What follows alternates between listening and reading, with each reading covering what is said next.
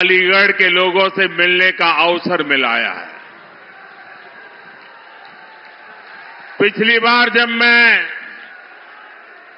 अलीगढ़ आया था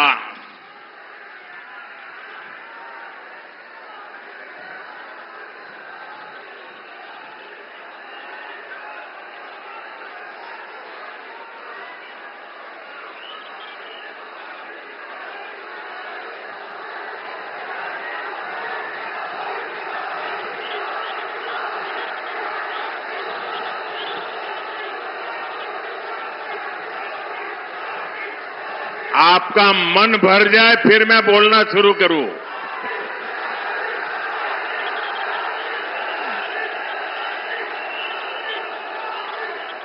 अब आप इजाजत दें तो मैं बोलना शुरू करूं।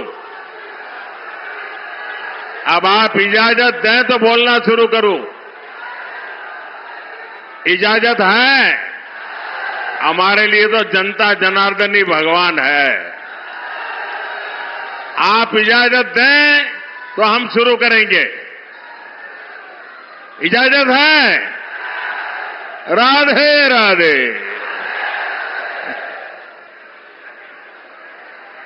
मैं पहले भी अलीगढ़ आया हूं और पिछली बार जब मैं अलीगढ़ आया था तब मैंने आप सबको अनुरोध किया था कि सपा और कांग्रेस के परिवारवाद, भ्रष्टाचार और तुष्टीकरण की फैक्ट्री में ताला लगा दीजिए।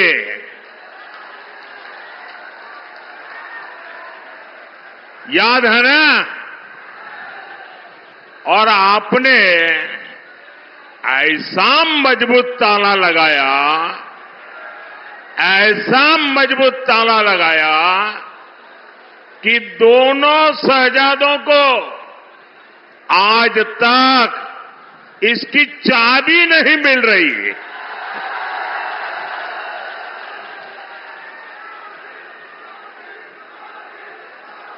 आज मैं अलीगढ़ की जनता को, हाथरस के मेरे भाई बहनों को फिर एक बार प्रार्थना करने आया हूं, आपका आशीर्वाद लेने आया हूं।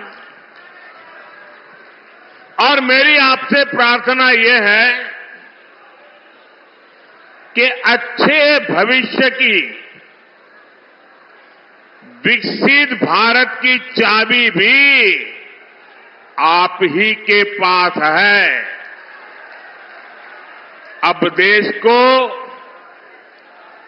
गरीबी से पूरी तरह से मुक्त करने का समय आ गया है। अब देश को भ्रष्टाचार से पूरी तरह मुक्त कराने का समय आ गया है। अब देश को परिवारवादी राजनीति से मुक्त कराने का समय आ गया है। और इसके लिए जरूरी है फिर एक बार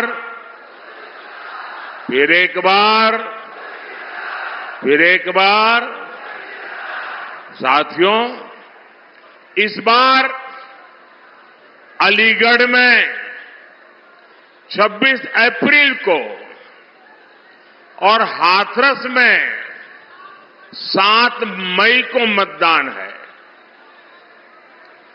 आपको अलीगढ़ से मेरे छोटे भाई सतीश गौतम जी को और हाथरस से मेरे अनन्य साथी अनूप वाल्मीकि जी को भारी मतों से जिताना। और इसके लिए मुझे आपके आशीर्वाद चाहिए। और आप भले यहां वोट हमारे सतीश जी को देंगे होंगे, या अनूप जी को देते होंगे, लेकिन ये पक्का मानिए, जब कमल के निशान पर बटन दबाएंगे ना, तो मोदी को सीधा आपका वोट मिल जाएगा। तो मैं ये वोट मोदी के लिए मांगने के लिए आया हूं। आपका आशीर्वाद मिलेगा, आपका आशीर्वाद मिलेगा, भरपूर मिलेगा। अच्छा, हमें एक और बात भी याद रखनी होगी। एक तरफ फसल की कटाई का समय है, शादी ब्याह का भी समय है, और गर्मी तो पूछो मत, है, सब कुछ है। लेकिन भाइयों बहनों, देश से तो बड़ा कुछ नहीं होता ना। देश से बड़ा कुछ होता है, होता है। देश का इतना बड़ा महत्वपूर्ण चुनाव है, हमें सारे काम छोड़ करके वोट करना चाहिए कि नहीं करना चाहिए? सुबह सुबह वोट करना बहुत जरूरी है। करोगे? धूप निकलने से पहले वोट हो जाए, जलपान से पहले मतदान हो जाए।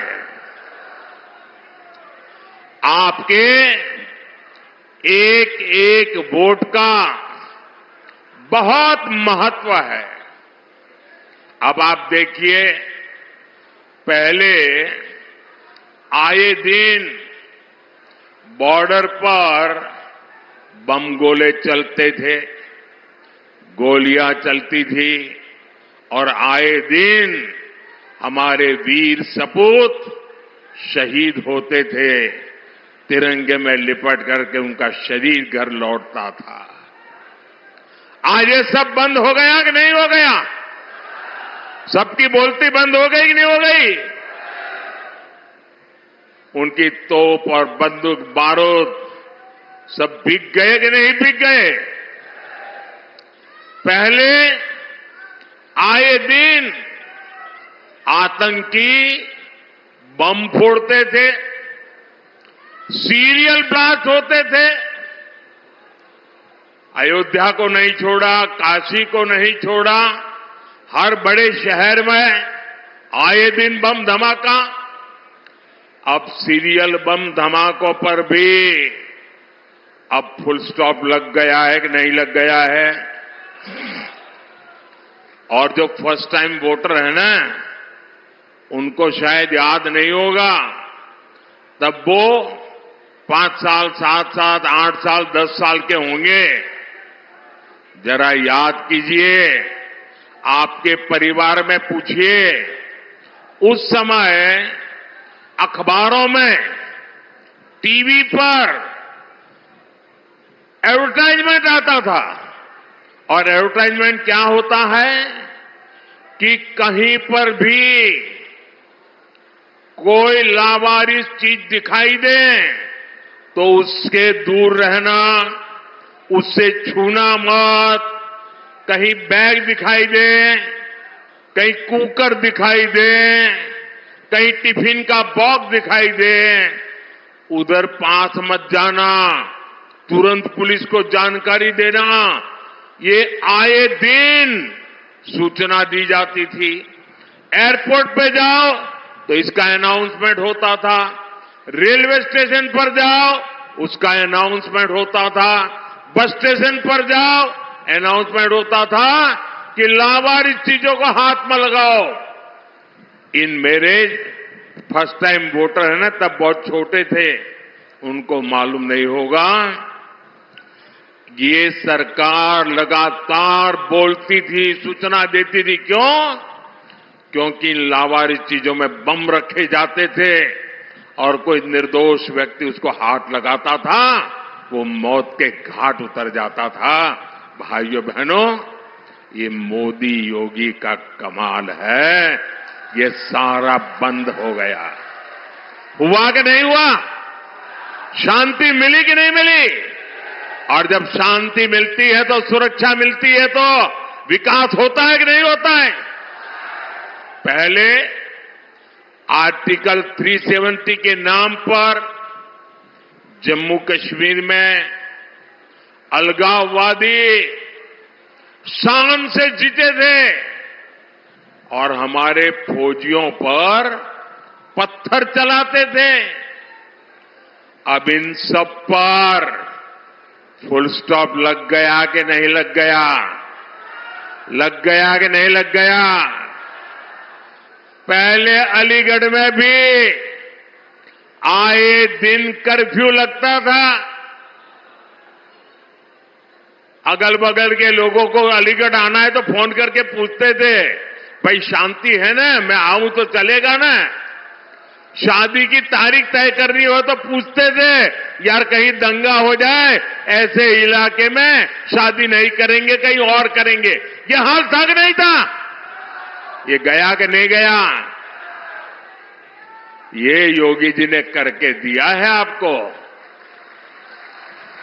साथियों, दंगे, हत्या, गैंगवॉर, फिरौती, ये सब तो सपा सरकार का ट्रेडमार्क ही था। यही उनकी पहचान थी और उनकी राजनीति भी उसी से चलती थी। एक समय था जब हमारी बहन बेटियां घर से बाहर निकल नहीं पाती थी। योगी जी की सरकार में अपराधियों की हिम्मत नहीं है कि वो नागरिकों का अमन चैन बिगाड़े। साथियों, कांग्रेस, सपा जैसी पार्टियों ने हमेशा तुष्टीकरण की राजनीति की और मुसलमानों के राजनीतिक, सामाजिक, आर्थिक उत्थान के लिए कभी कुछ नहीं किया। और जब मैं पसमंदा मुसलमानों की मुसीबत की चर्चा करता हूं तो इनके बाल खड़े हो जाते हैं, क्योंकि ये ऊपर के लोगों ने मलाई खाई है और ये पसमंदा मुसलमानों को भी उसी हालत में जीने के लिए इन लोगों ने मजबूर कर दिया है। साथियों, इसी क्षेत्र में 3 तलाक से पीड़ित कितनी ही बेटियों का जीवन तबाह हो गया था। और सिर्फ बेटियों का नहीं, और 3 तलाक के कारण मुसीबत में आई उस बेटी, उसके पिता, भाई, परिवार सब परेशान हो जाते थे। अब मोदी ने 3 तलाक के खिलाफ कानून बनाकर उनका जीवन भी सुरक्षित किया है।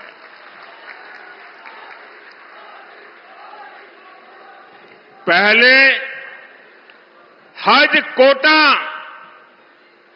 कम होने की वजह से कितनी मारामारी होती थी, उसमें भी रिश्वतखोरी चलती थी और ज्यादातर रसूखदार लोग ही हज जाने का मौका पाते थे।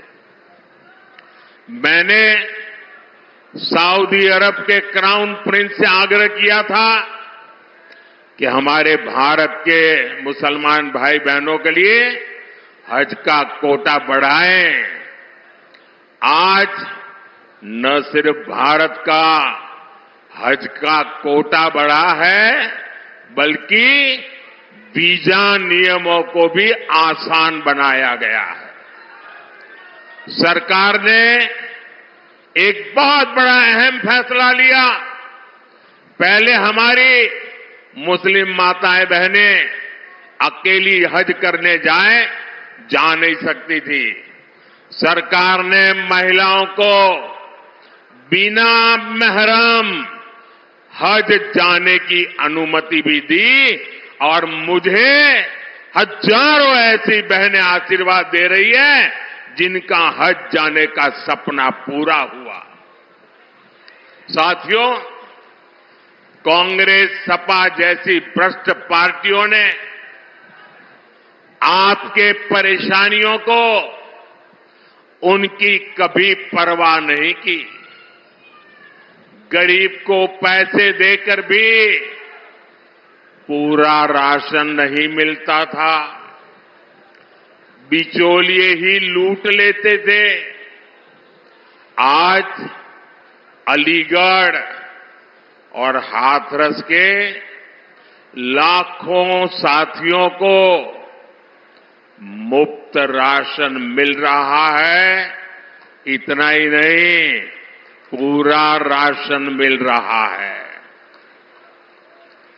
अलीगढ़ और हाथरस के लाखों परिवारों को आयुष्मान भारत योजना के तहत मुफ्त इलाज की सुविधा भी मिली है।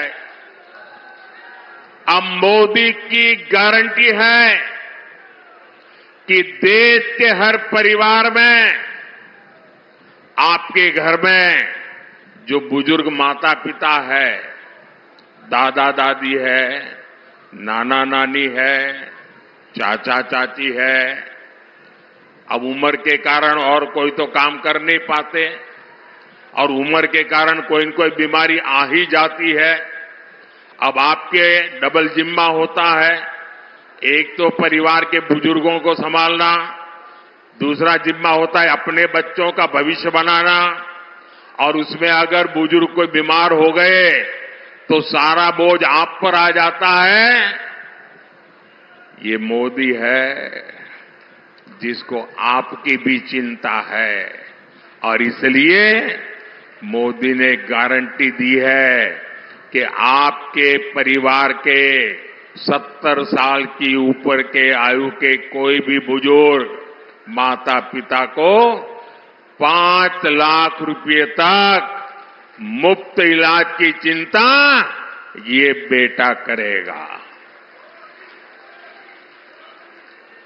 भाइयों बहनों, ये राशन मिल रहा है, इलाज मुफ्त में मिल रहा है, घर मिल रहे हैं। ये सब किसने किया? ये सब किसने किया? किसने किया? किसने किया? किसने किया? किसने किया? आपका जवाब गलत है। ये मोदी ने नहीं किया, ये आपके एक वोट ने किया है। आपके वोट की ताकत है जिसके कारण गरीब का भला हो रहा है, और इसलिए इसका जो पुण्य है ना, उस पुण्य के आप भी उतने ही हकदार हैं।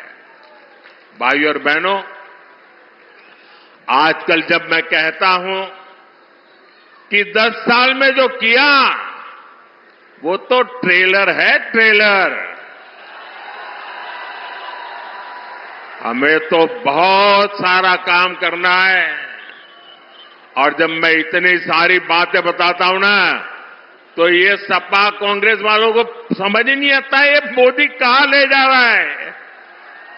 बोले पहले तो हम तू मैं राजनीति करते थे, अब मोदी इतनी बड़ी दुनिया की तरफ देश को ले जा रहा है, वो मोदी के साथ कदम ही नहीं मिला पा रहे।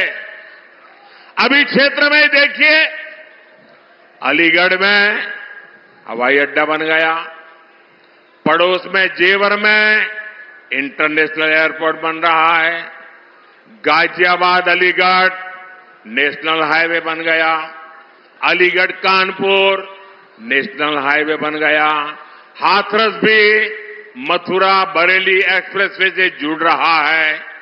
अलीगढ़ और हाथरस दोनों रेलवे स्टेशन आधुनिक बनाए जा रहे हैं। ये एएमयू तो थी यहां, अब राजा महेंद्र प्रताप यूनिवर्सिटी का भी निर्माण पूरा होने वाला है। ऐसे ढेर सारे काम इस क्षेत्र में हुए हैं।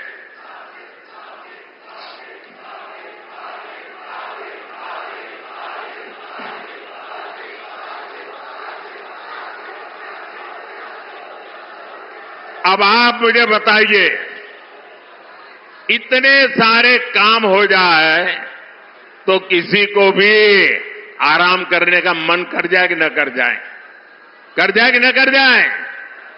लेकिन ये मोदी है, आपके लिए जीता है, वो रुकना जानता नहीं है।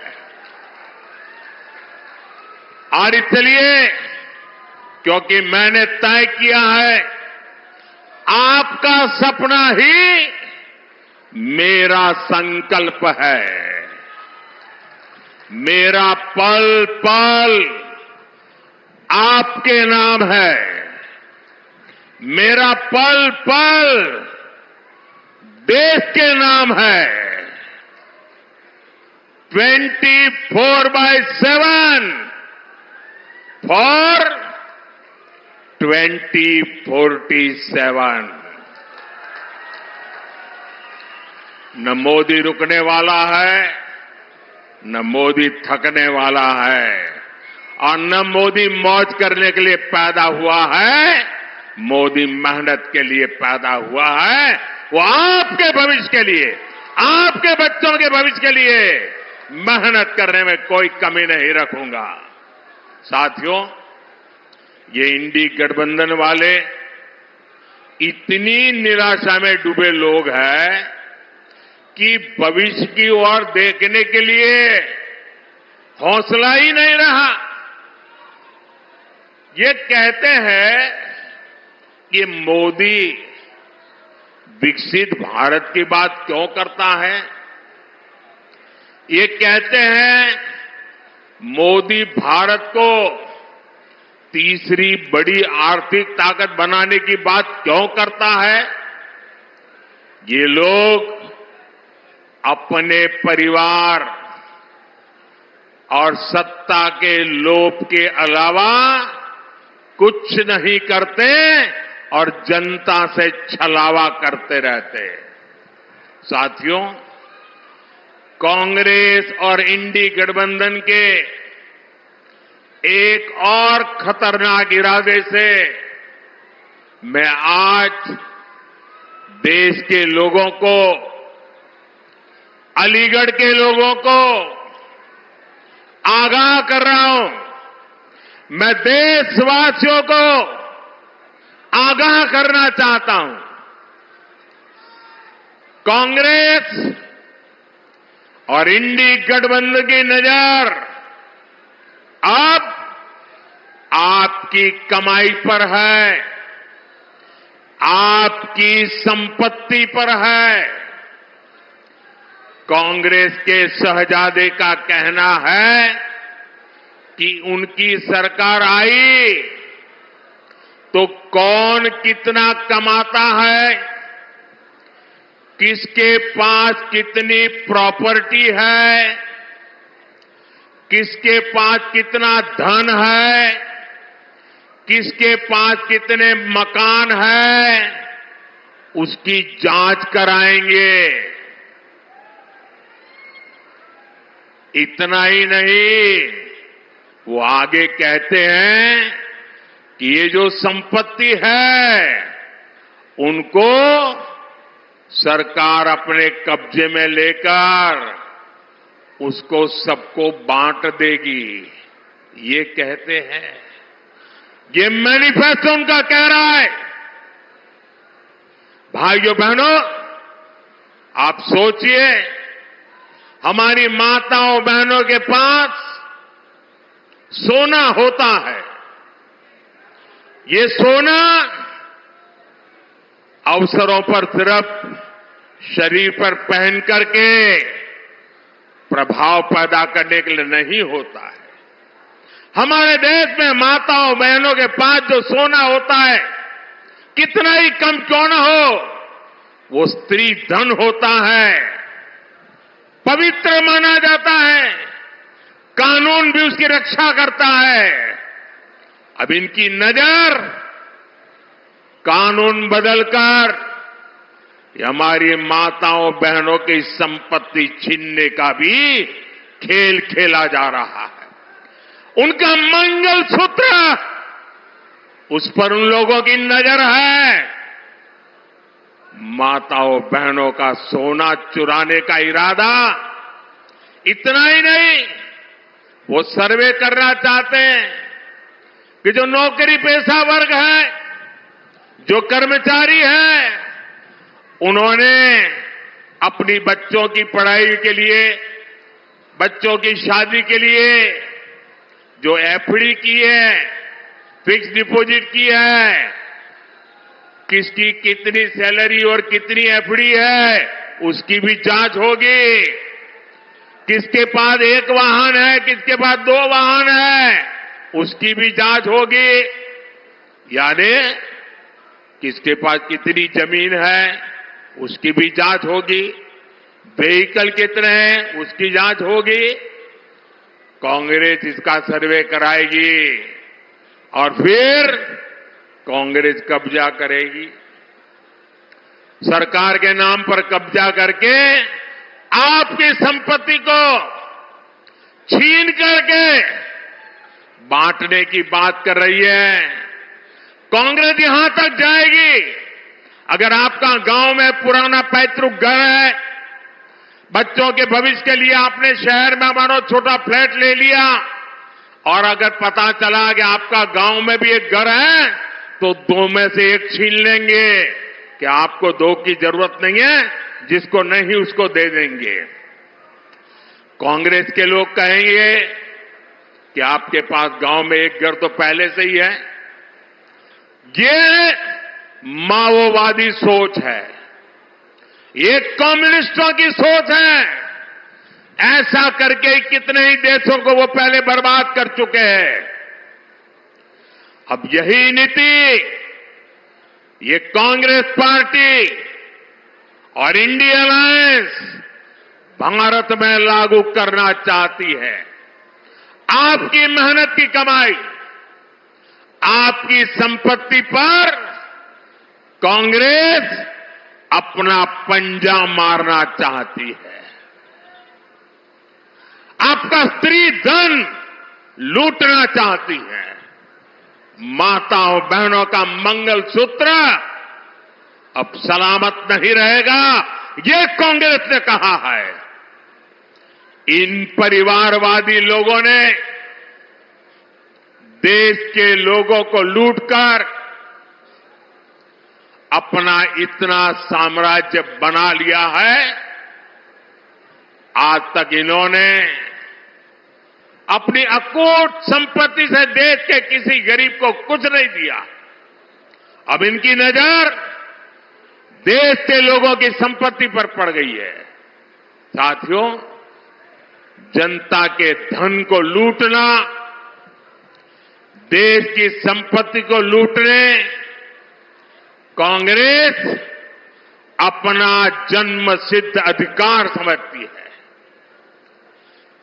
आपको याद होगा, देश आजाद हुआ तब से सेना की हर खरीद में घोटाले करने वाली कांग्रेस कभी भी यहां डिफेंस कॉरिडोर नहीं बनवा सकती। बीजेपी की वजह से अब हमारा यूपी आत्मनिर्भर भारत, आत्मनिर्भर सेना का बहुत बड़ा हब बनने जा रहा है। और जो लोग योगी जी की पहचान सिर्फ बुलडोजर से करते रहते हैं, मैं उनकी जरा आंखें खोलना चाहता हूं, उनकी आंखें खोलना चाहता हूं। उत्तर प्रदेश में आजादी के बाद जितना औद्योगिक विकास नहीं हुआ, वो अकेले योगी जी के कालखंड में हुआ है। 1 डिस्ट्रिक्ट 1 प्रोडक्ट का उनका मिशन आज पूरे देश में नई इज्जत बना रहा है। आपने सिर्फ बुलडोजर बुलडोजर की बातें कही, अगर विकास को नई ऊंचाइयों पर कोई ले गया है तो योगी जी की सरकार ले गई है। और काशी के सांसद के नाते, मैं उत्तर प्रदेश का सांसद हूं, ये मेरे भी माननीय मुख्यमंत्री है, मैं गर्व अनुभव करता हूं कि मेरे पास ऐसे साथी हैं।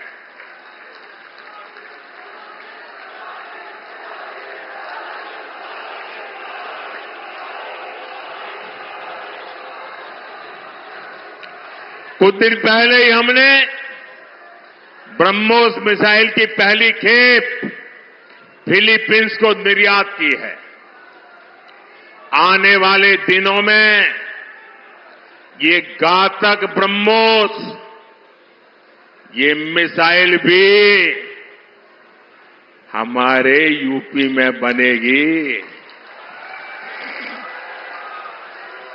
अलीगढ़ में डिफेंस कॉरिडोर में आपको गर्व होता है कि नहीं होता है? ब्रह्मोस मिसाइल बने यहां, कौन होगा जिसको गर्व नहीं होगा भाइयों? साथियों, डिफेंस कॉरिडोर के साथ ही इस क्षेत्र के पास डेडिकेटेड फ्रेट कॉरिडोर की भी ताकत है। मालगाड़ियों के लिए जो अलग रूट बनाया गया है, इससे यहां दूसरे उद्योगों को भी बहुत ज्यादा फायदा होगा। अलीगढ़, हाथरस और आसपास के छोटे, लघु और कुटीर उद्योग, ये सभी विकसित भारत की ऊर्जा है। आपके काम को बढ़ावा मिले, इसलिए योगी जी की सरकार वन डिस्ट्रिक्ट वन प्रोडक्ट पर और अब पूरे देश में वन डिस्ट्रिक्ट वन प्रोडक्ट पर बल दिया जा रहा है। और अलीगढ़ के ताले हो, हाथरस की हिंग हो, मेटल उद्योग हो, गारमेंट उद्योग हो, गुलाल उद्योग हो, भाजपा सरकार हर उद्योग की ताकत बढ़ा रही है। यहां के लघु उद्योगों को मुद्रा योजना से भी बहुत मदद मिली है। मुद्रा योजना के तहत भी हम भाजपा ने 20 लाख रुपए तक का लोन देना तय किया है। साथियों, इस क्षेत्र में हमारे विश्वकर्मा साथी भांति भांति के काम से जुड़े हैं। कोई मूर्तिकार है, कोई पॉटरी काम करता है, कोई कपड़ा सिलता है, कोई जूते बनाता है। ऐसे मेरे सभी परिवारों के लिए 13,000 करोड़ रुपए की विशेष पीएम विश्वकर्मा योजना बनाई गई है। साथियों, मोदी की हर गारंटी का सीधा लाभार्थी गरीब है। लाभार्थी मेरा गरीब को लाभ मिलता है। मेरा दलित भाई परिवार है, मेरा पिछड़ा भाई परिवार है। और इन गारंटियों का लाभ मध्यम वर्ग को भी होता है। फैक्ट्री वाले को, दुकान वाले को, मजदूर को, गाड़ी चलाने वाले को, सबको होता है। अब जैसे अलीगढ़ और हाथरस में गरीबों के 40,000 से ज्यादा पक्के घर बन चुके हैं। इन घरों को बनाने के लिए जो सामान लगता है, वो तो यहां के कारखानों से, यहां की दुकानों से ही जाता है। यानी गरीब को घर मिला और बाकियों को उससे काम मिला। और अब तो मोदी ने 3 करोड़ नए घर बनाने की गारंटी दी है। और घर बनेगा तो सीमेंट लगेगा, ईंट लगेगी, टाइल भी लगेगी, दूसरा हार्डवेयर भी लगेगा। और इतना ही नहीं, जब झुग्गी झोपड़ी में रहता है तब ताला लगता है क्या? नहीं लगता ना। और घर मिल गया तो ताला लगेगा कि नहीं लगेगा? और ताला कहां से जाएगा? ताला अलीगढ़ से जाएगा।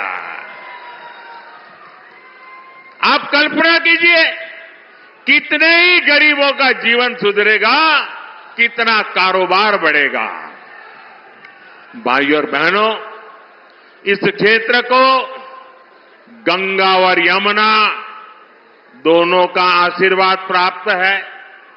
यहां खेती, किसानों को ताकत कैसे मिले, गन्ना किसानों की ताकत कैसे बढ़े, इसके लिए भाजपा लगातार काम कर रही है। हमने पीएम किसान सम्मान निधि के तहत अभी तक करीब 3 लाख करोड़ रुपए किसानों के खाते में भेजे हैं। अब हमने सहकारी क्षेत्र में अनाज भंडारण की सबसे बड़ी योजना शुरू की है। बीजेपी ने अपने मैनिफेस्टो में भी कहा है कि हम आलू, टमाटर, प्याज इन किसानों के लिए विशेष स्टोरेज क्लस्टर बनाएंगे। इसका बहुत अधिक लाभ अलीगढ़ और हाथरस के किसानों को होगा। साथियों, ये क्षेत्र ब्रज की देहरी है, 84 कोस परिक्रमा की धरती है। यहां खैरेश्वर महादेव और 9 देवी सिद्धपीठ जैसे आस्था स्थल है। यहां तीर्थ यात्रा और पर्यटन के लिए अद्भुत संभावनाएं हैं। और इस धरती ने कल्याण सिंह जी, बाबूजी जिनको हम कहते थे, और अशोक सिंघल जी ऐसे नर रत्नों को देश को दिया है। ये हम सभी के लिए कितने गर्व की बात है कि 500 साल बाद भव्य राम मंदिर हम देख रहे हैं।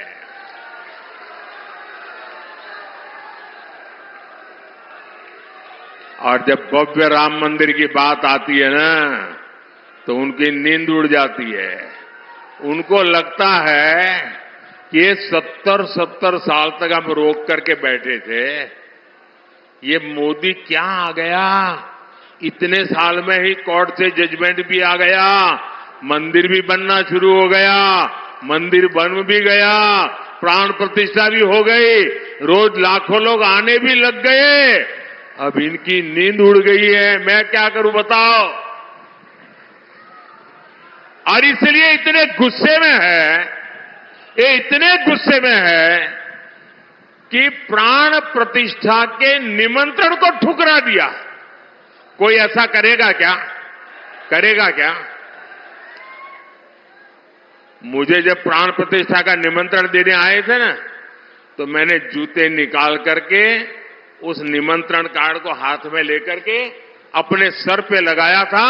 मैं उसे मेरा भाग्य मानता था। भव्य राम मंदिर आज के भारत को विकसित होने का आशीर्वाद दे रहा है। साथियों, अब आपको विकसित भारत बनाने के लिए भारत में एक मजबूत सरकार बनानी है। और इसके लिए भाजपा को वोट करना है, एनडीए को वोट करना है। मेरा आपसे अनुरोध है कि आप घर घर जाइए, सभी मतदाताओं जो जाकर के इन सारे विषय घर में बैठ करके बताइए और उनसे वादा करिए कि छुट्टी हो, शादी हो, कुछ भी हो, लेकिन वोट करने जाएंगे। उनसे वादा करिए, पक्का करिए। और दूसरा काम, जब मतदान हो ना, तो उत्सव मनाइए अपने पोलिंग बूथ में। ये लोकतंत्र का उत्सव है, आनंद उत्सव होना चाहिए। छोटी छोटी 15-15, 20-20 की टोलियां गीत गाते गाते मतदान करने के लिए जाए।